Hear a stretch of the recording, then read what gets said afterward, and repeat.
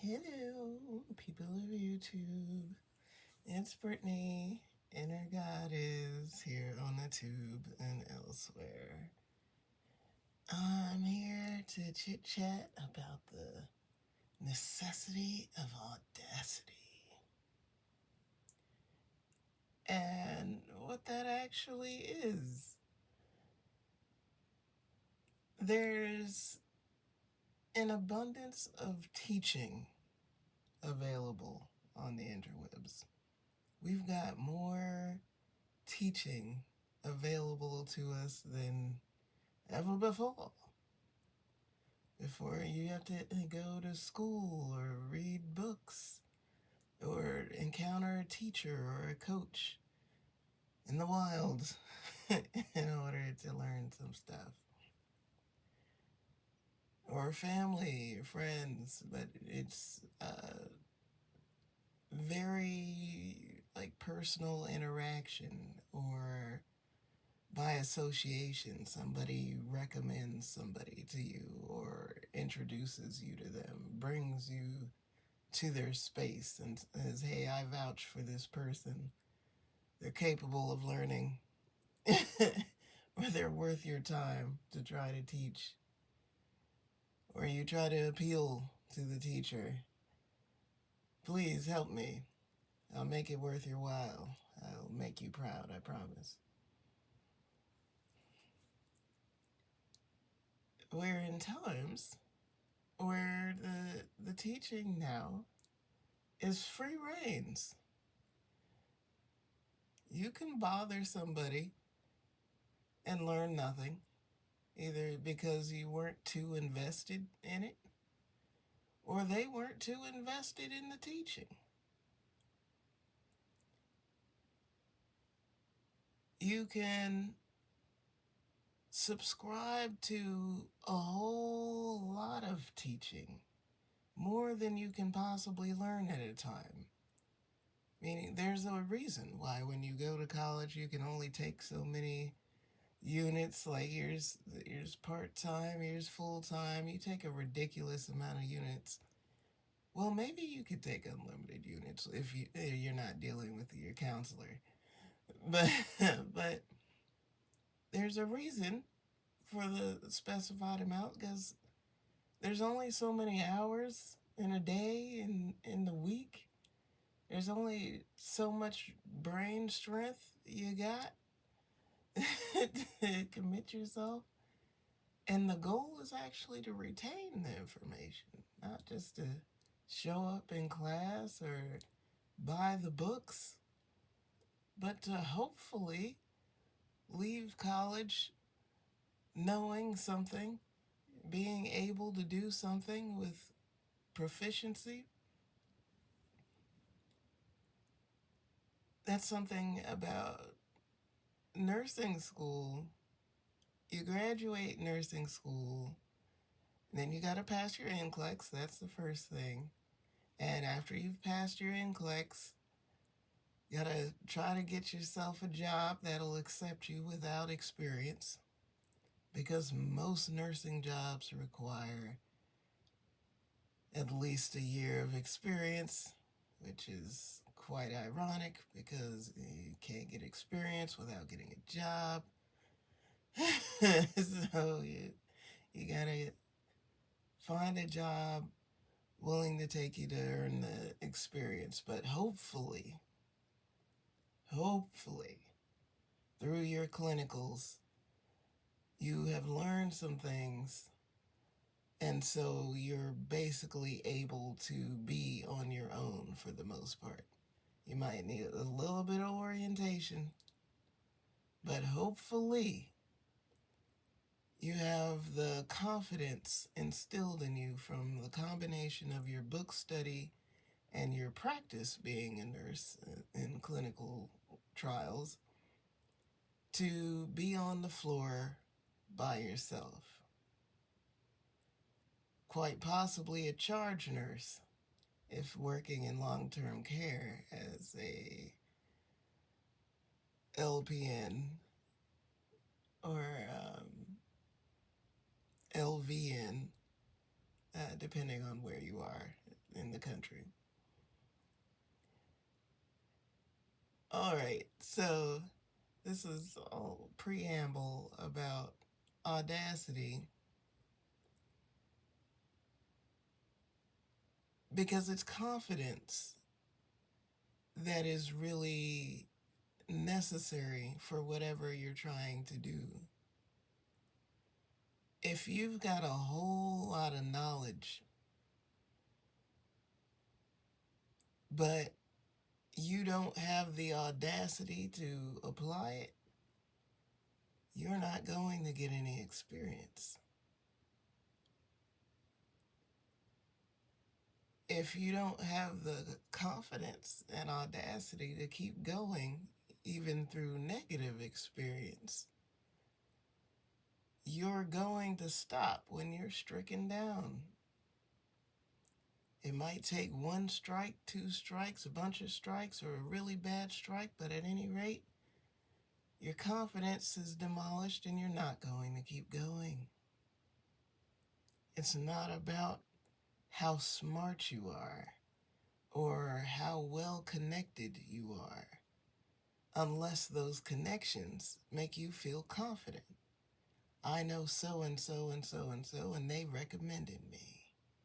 So I don't care if you guys don't like me. I know that I'm credentialed to be here. It's audacity. You don't have to like me, but you should listen to me. Audacity. I may not have a lot of experience, but I know a lot of stuff. I know a lot of stuff. Audacity. Audacity often offends people. Sure, but it is absolutely necessary for anything and everything you do. It's pretty funny. Just a parenting thought bubble. I can't speak to the male side of baby cooking time, but as a woman, I'll say that we spend, heck, I spent that whole time, for the most part, as soon as I was aware, plotting on both the raising of the child and the exit of the child. Oh no, this baby is eventually going to come out of me. You're supposed to grow. You're not supposed to come out the size of a watermelon seed. So this is terrifying. But you're also supposed to want the baby to come out the natural way. You're supposed to want them to come out alive, and want them to come out the natural way. Hopefully, they don't have to be cut out of you. Because also, there's enough stories about that to terrify you on that end, also. Oh no, it's very painful, or it'll be a painful recovery. That sucks too.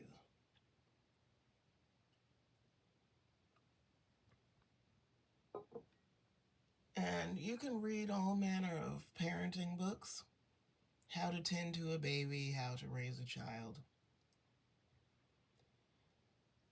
But nothing prepares you for the shock of the hospital releasing said baby to you. Like, here you go. This is your child. Good luck. You are now responsible. Some people take full advantage of the time that one is in hospital confinement and the baby hangs out with the nurses. But some of us are paranoid and keep the baby with us. But at any rate, whether you have others to make use of, nurses, family members, friends, whoever you have, uh, to assist you in the beginning or not, at some point, it will dawn on you that you are the responsible party for said baby.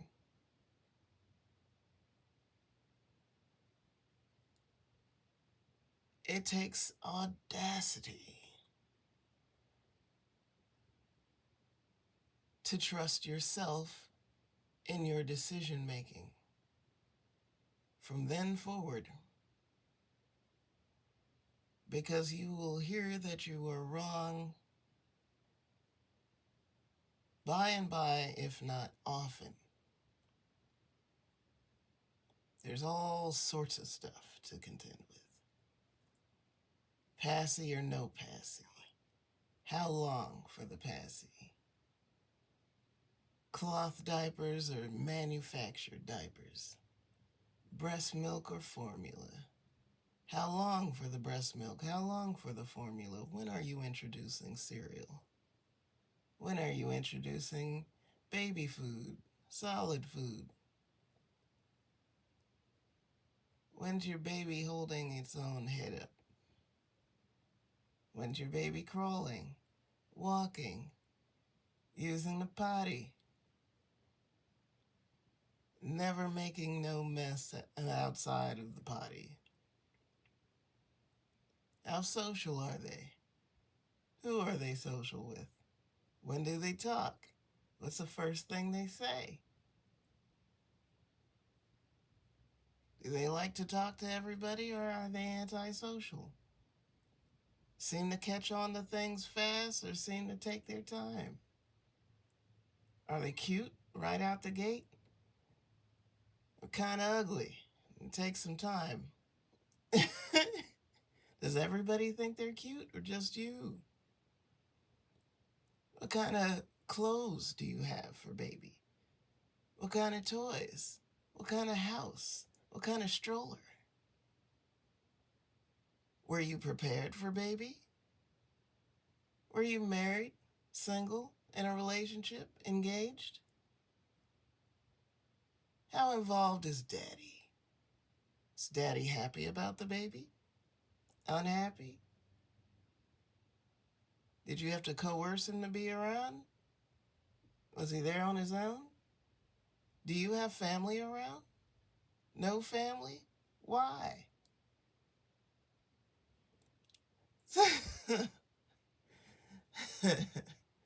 There's a lot. And there's all manner of wrong answers. This is the reality of everything.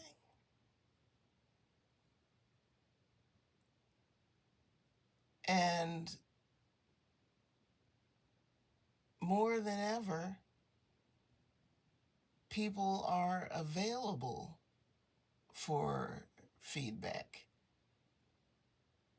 by any range of strangers. It's not just your mother or mother-in-law that could potentially criticize you in life, or your teachers or your friends or your boss or your coworkers.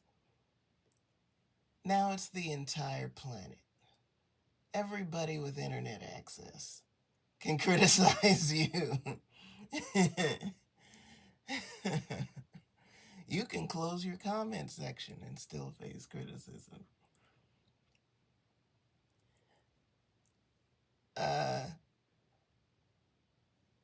This is, it's funny, not funny. Because different personalities respond to criticism differently. Some people are ready to fight everybody. Some people don't want to hear it. Some people want all the criticism, give me feedback, and they adjust to it. Every bit of feedback they're trying to adjust to. So people learn to strike a balance. This is actually where I'm at. I I've always been open to feedback, but it was only to select people. However, with the rise of internet, you can speak to one person but actually be speaking to like 200,000 people, because how many people are they listening to?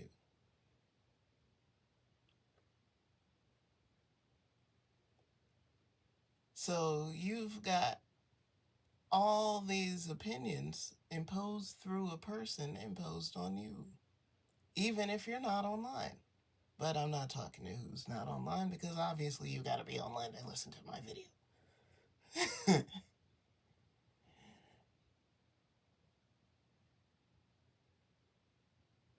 I had some time.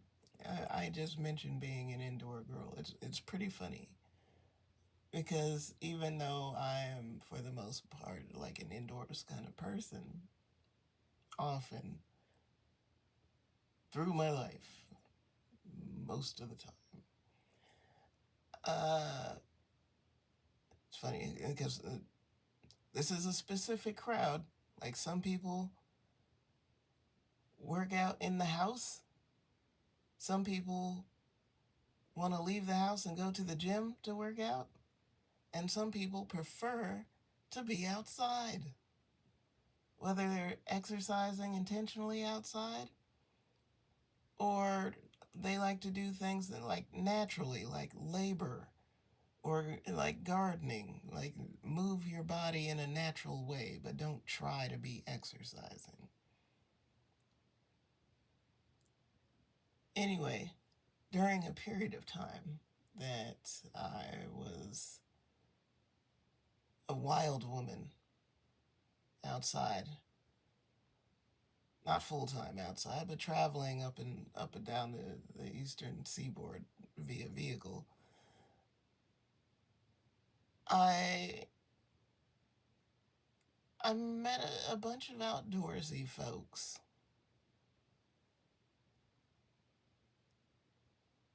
This wouldn't have happened without knowing an outdoorsy person. But um, you might get the impression, if you are an indoors, very tech savvy, or like technology is your thing, air conditioning is your thing kind of person. You might have the impression that outdoorsy people are not on their phone, that these people are really living life, they're really in touch. And depending upon their personality, they might present that way. Very nature photos and videos.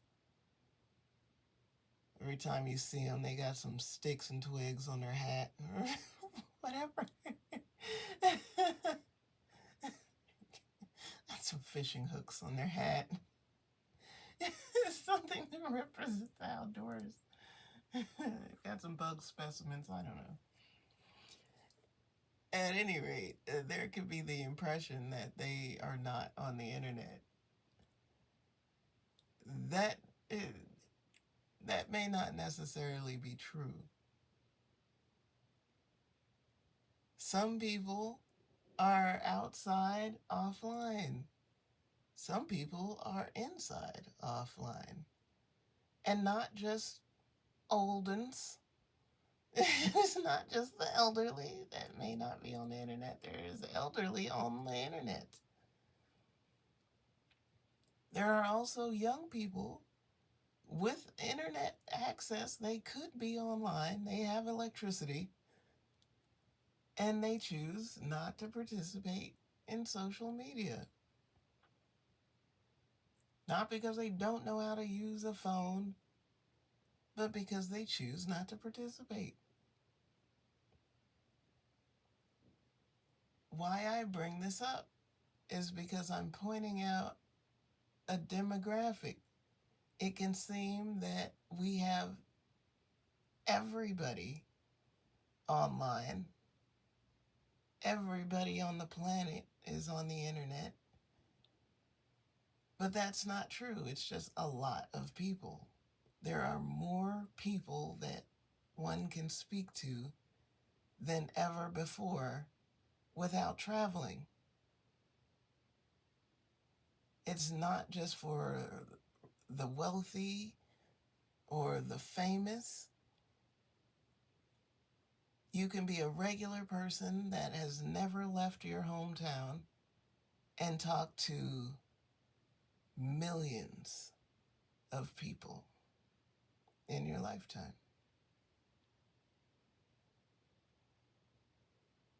What a time to be alive.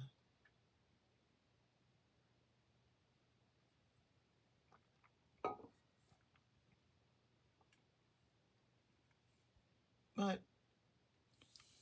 with that comes with it all the things that people that have been speaking to lots of people are aware of. What I mean by that, I mean that when you've met a lot of people, encountered a lot of people, or people feel they've encountered you, they've witnessed you, they talk about you. That used to be designated for only the people that could interact with a bunch of people. Otherwise, the only people that know you are who is in your town or who is in your family. Think about people that I was just watching a video of people in a mountain town that's like way up. I'm saying mountain town, that way away from civilization. They don't have a Walmart. They don't have a bunch of shops and whatnot. They have one grocery store in the town. So you imagine everybody knows each other. And some people grow up there. That's the extent of it. So that means only the people there know them. Unless they're on the internet.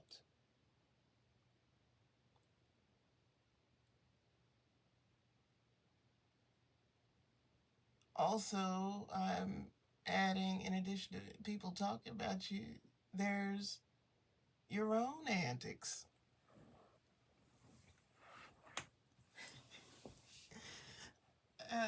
Some people, you can take them to a buffet and they're still going to eat the same thing they would eat if they were going through a drive-through or they were going to the grocery store. They're just like, I really don't trust a lot of different foods. I'm going to stick with the chicken and french fries. It's like, we're at a buffet. There's all these things, international cuisine, all sorts of stuff. There's so much food. You serious? That's the only thing you want? Yes. Person don't want to try nothing else. You bring another person to the buffet and they've got a sampling of everything. Everything that could be sampled. Everything they could potentially desire that looks kind of tasty is going on the plate. Num num num num num. At least a sampling. This is also the life experience. Some people can go all around the world, and their answer is, I am going to wait until I get back home, and I am going to be with my one person. If the one person cannot go with them, or they figure out a way to go bring the person with them, or they don't go, they're very stuck with the person or their people. That can also be an issue. How many folks have not or do not choose to go to universities because they want to go to the local community college to stay close to home, to help their family, or to work immediately? But the point is, they're not leaving. Other folks, no, I got a life to live. I'm out of here. So, uh, some folks, they get out in the world, and oh my goodness, there's so many different people. So many people. Gotta meet them all. As many as possible.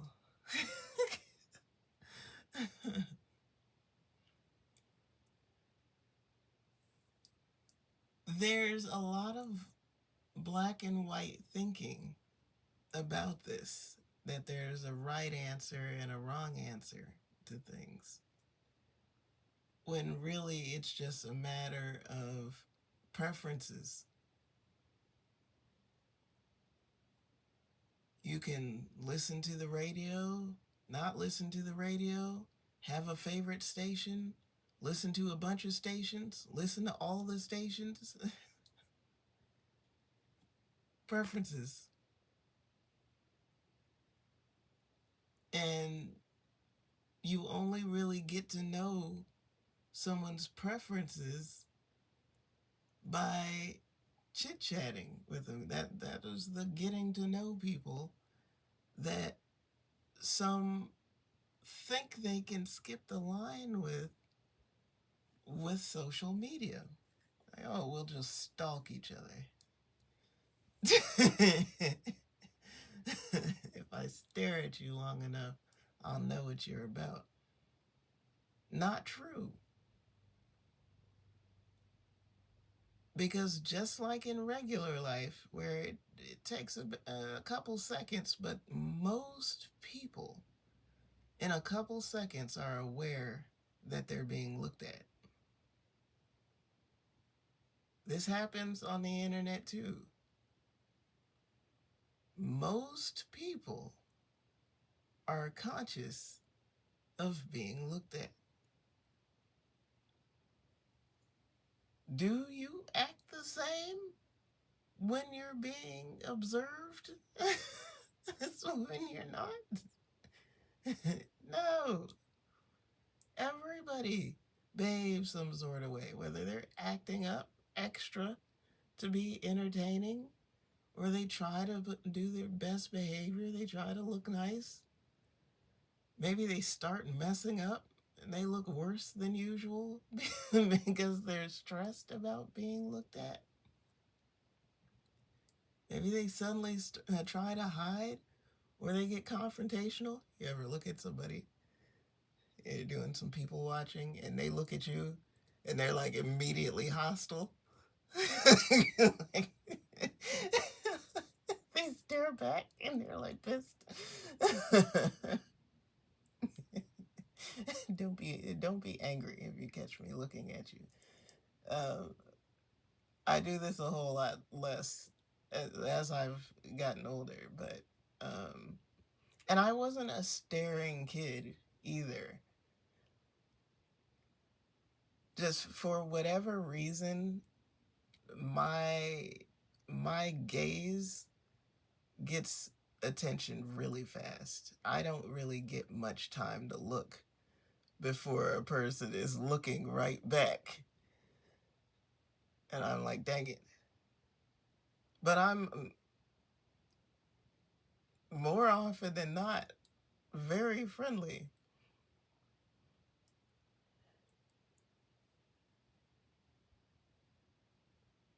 I've smiled at plenty folks that just give me the glare. And so if somebody gets a less than enthusiastic response from me, I might have just been glared at and I'm still recovering. But anyway, less looking around, except for online.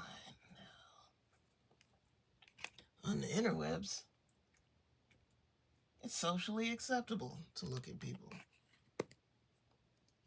That's what we're supposed to be doing. People say subscribe, follow, look at me. I want to be looked at.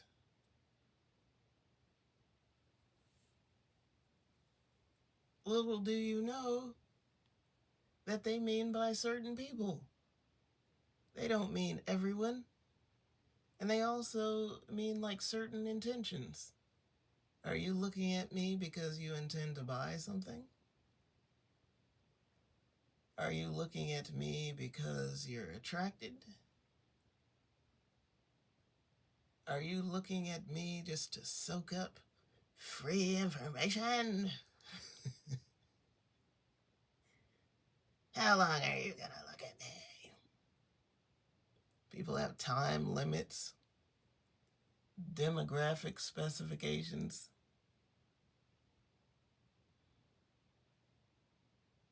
You gotta have audacity to look. Audacity to look. Whether you're on a page where you're visibly you, or you're a hidden person. Because if you're a hidden person, people might block you for that. Get out of here, you no-face having person. And if you are representing yourself, you're totally participating. You got your name. Maybe you have some content of your own. Also audacity, because a person might be building a platform and looking backwards into the audience directly at who's over there and catering their content that way. This is not right or wrong, just an observation. I personally tend not to look. This offends some people, but it's necessary, a necessity for my sanity.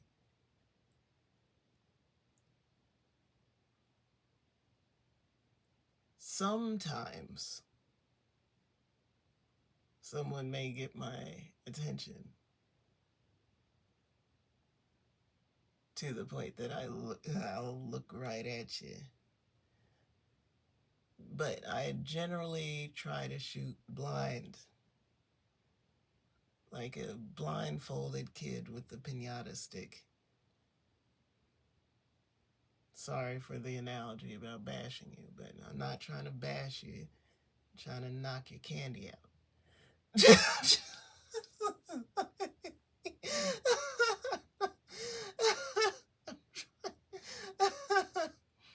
I want you to be sweet on me.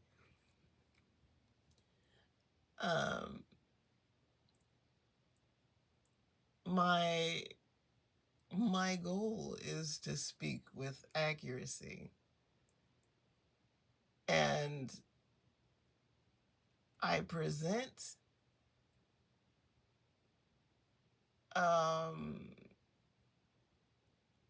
with audacity, because I do have audacity. However, I can be perceived as shy if you're looking at me up close.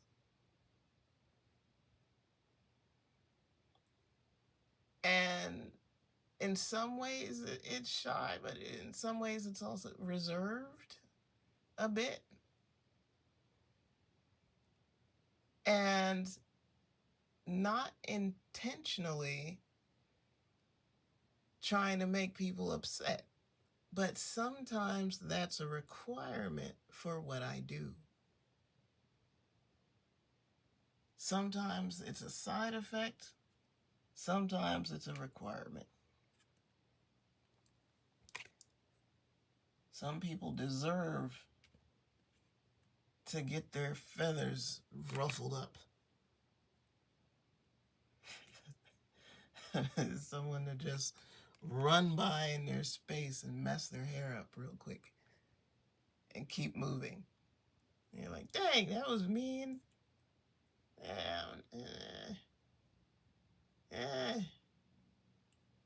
You needed to know somebody heard you. Some people get so used to talking and saying whatever without a response or without correction that they don't think there is any. And it's just like, incorrect. Quite possibly. Quite possibly, you have a batch of intimidated people around you. And so no one wants to say anything because they are frightened to piss you off. They are frightened of being embarrassed, shamed, or, ooh, heaven forbid, they criticize you and they turn out to be wrong. Or you can point out something about them really quickly.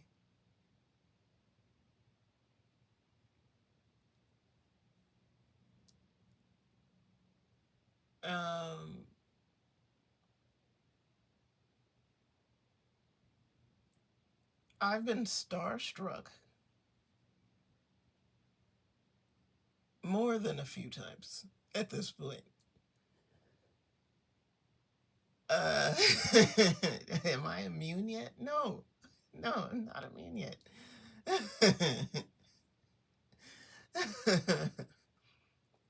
But it surprises me how far people go with what you can feel is the intention to get someone's attention. Like, wow, you're really trying to make that person angry so that they'll talk to you? You think that's a good idea? That's ideal? Is to be mean to them in their comment section? If they do reply to you, what do you think it's going to be? And you think that's ideal? You get to say this person that you admire cussed you out because you were stupid in their comment section? That's not ideal. That's like the kids in school when it's like they say a boy likes you and so he freaking throws paper balls at you. He makes fun of you and that means he likes you a lot. Now that sucks. I'll take the love letters.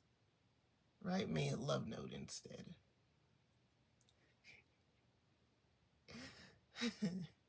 Don't be mean to me.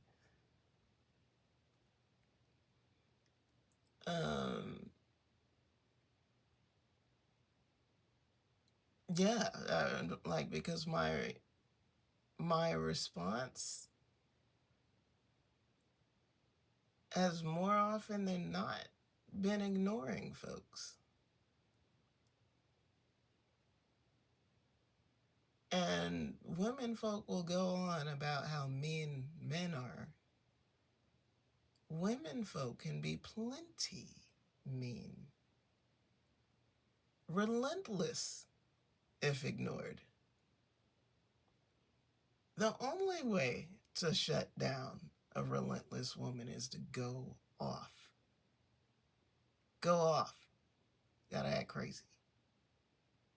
Gotta show that you're crazy has a limit that cannot be seen. Like, does she have a limit? Who knows? Who knows? I will surpass you if necessary. I will not be crazied into a corner where I'm frightened to participate on the internet. The the internet was originally my fun place. When I say I've been on the internet a long time, I've been on the internet a long time.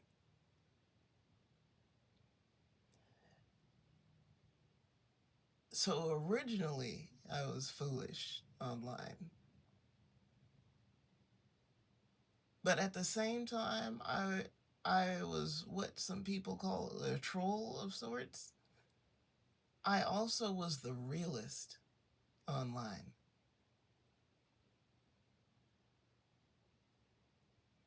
I didn't have the time to talk at the length that I wanted to talk about what I wanted to talk about in my actual life, my offline life. And people on the internet originally had more attention span than offline. It was more, it was longer. Everybody that wanted to talk or wanted to listen was online. Now, people might have a longer attention span offline and online no time, scrolling fast. Heard 15 seconds of what you said and they have an opinion and they're done.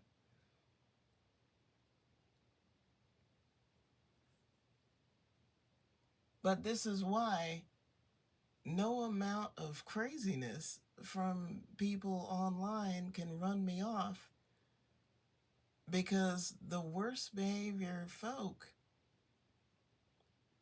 have the most minimal information about themselves online.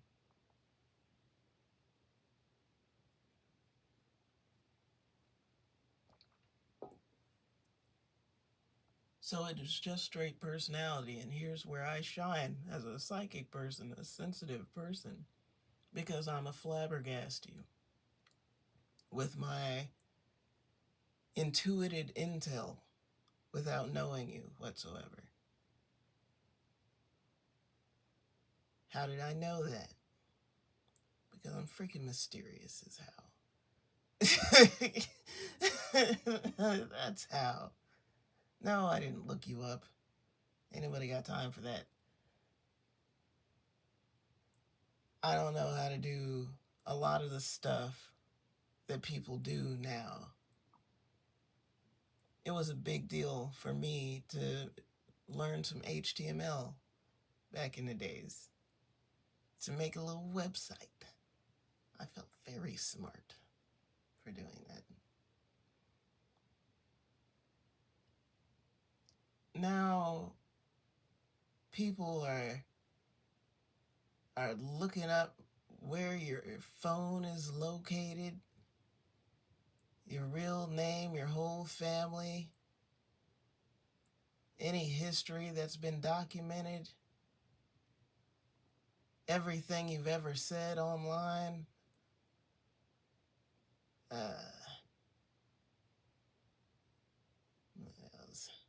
Just putting stuff together in a kind of, feels like, concrete sort of puzzle. Like, these are the facts.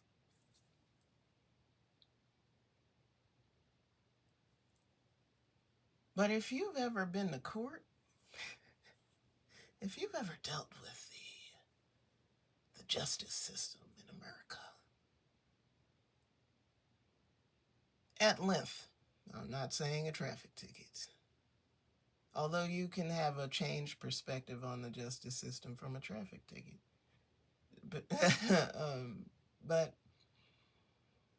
if you have dealt with the legal system at length, that'll change you and your perspective on what is real and what is fake, what can be manufactured.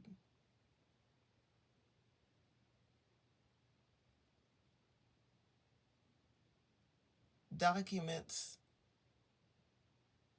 are for document-oriented people.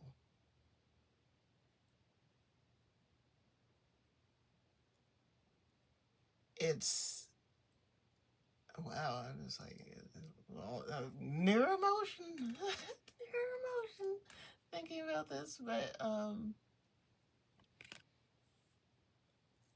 the first people, I'm like, the people that were here before this country was dropped down on them,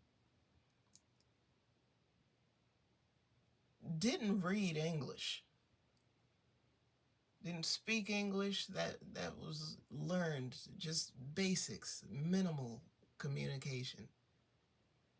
And those that could speak a little, learn a little, were the representatives for the whole tribe.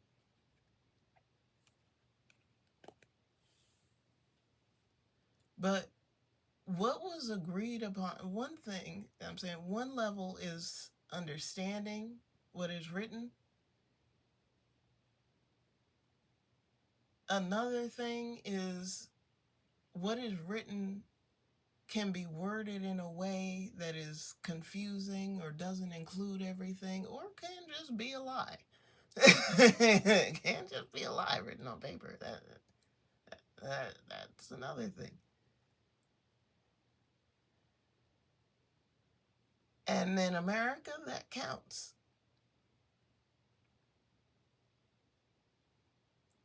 Whatever's on an English American document, that counts. Also, depending on who, because if someone wants to call it a forgery, they can call it a forgery. So you pretty soon realize that this is just shenanigans. This is straight up shenanigans.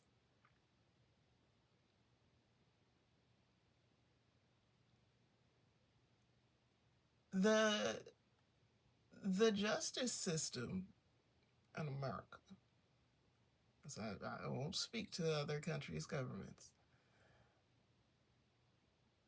is a battle of stamina.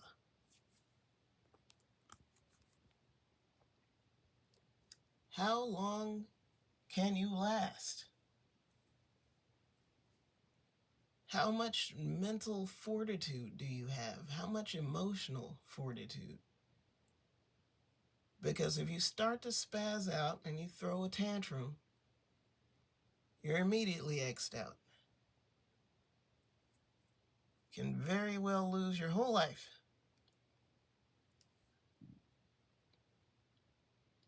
And I'm not just talking about people and things, but your literal living and breathing.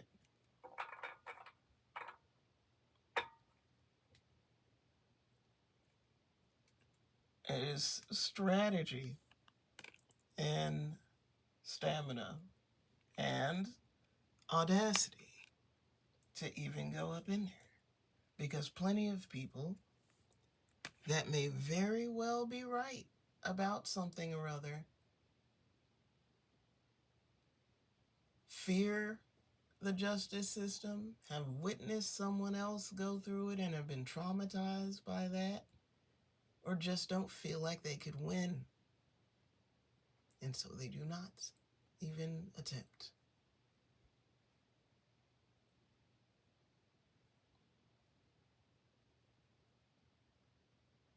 This is hardcore stuff. And it seems like I've gone off on a tangent. This is a meandering, but the topic is audacity. Everything you do does require audacity. It can be as simple as like, driving a car, getting in an airplane, meeting new people, starting a new job, going to a different doctor, trying new foods, wearing different clothes, changing your hairstyle, putting on makeup, not wearing makeup, trying something sexy, with your significant other. Something different.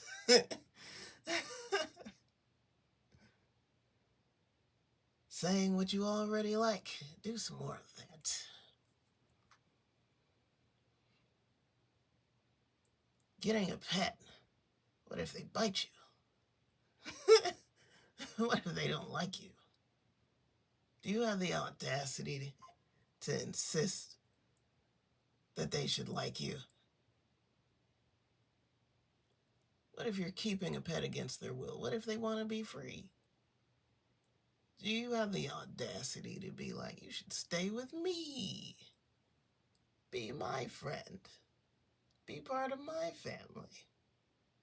You think they're meant for you?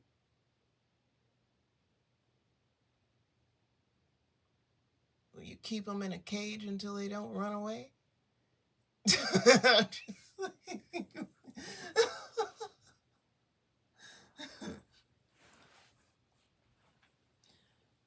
um, Audacity. Everything requires audacity. Whether you're making movement or refusing to make movement. To be super flexible, because I could just hear like, well, I go with the flow. To be a person to go with the flow in present society, you've got the onslaught of people with strong opinions glaring down upon you. What do you mean you go with the flow? What do you want to... What do you actually have ambition to do? Do you have any ambition? None? Shame. Shame. Flow. What is that? If you want to sit on a yoga mat and insist that you need meditation time, you got to be strong in it. This is important, and I will not be bothered while I'm on the yoga mat. I don't care who you are. I don't care what's your reason. Leave me alone. It's meditation time. Strong audacity.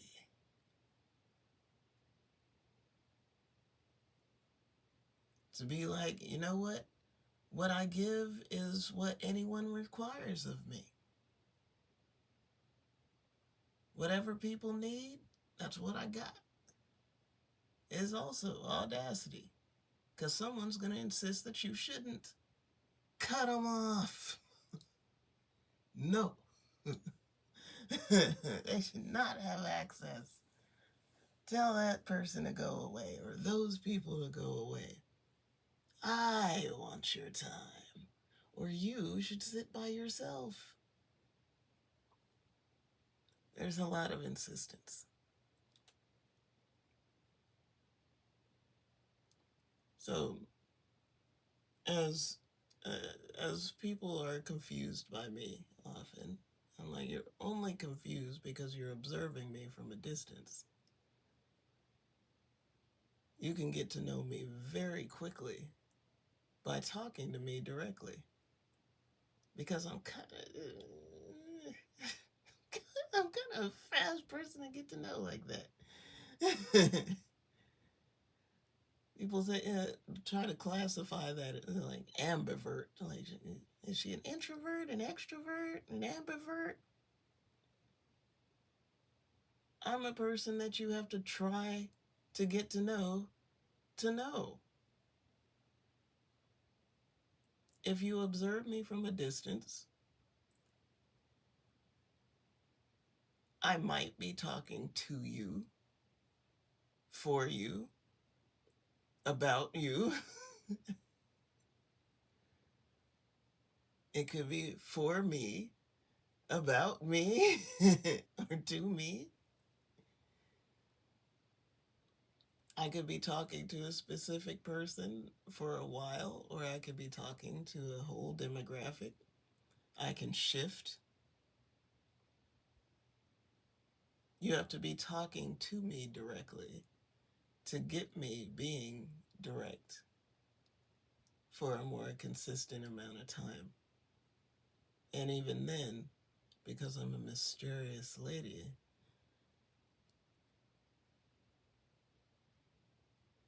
if the chit chat is going further than us, there is a consciousness that is aware of that. I spend some time trying to figure that out, but other times I don't really worry about it. Just knowing that it'll be worked out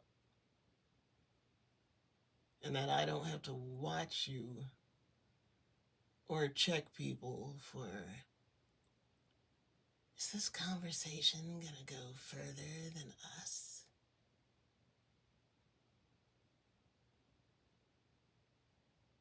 I'm pretty open.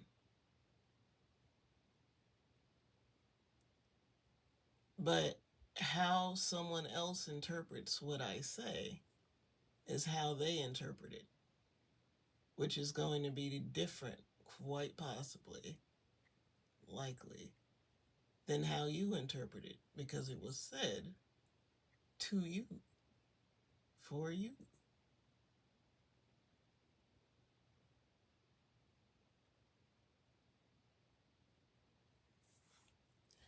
Anywho, got about an hour here. You know what I'm about to say. If you made it this far in the video, I appreciate you. I am sending lots of love your way, many blessings on the journey, and I'll see you in the next one.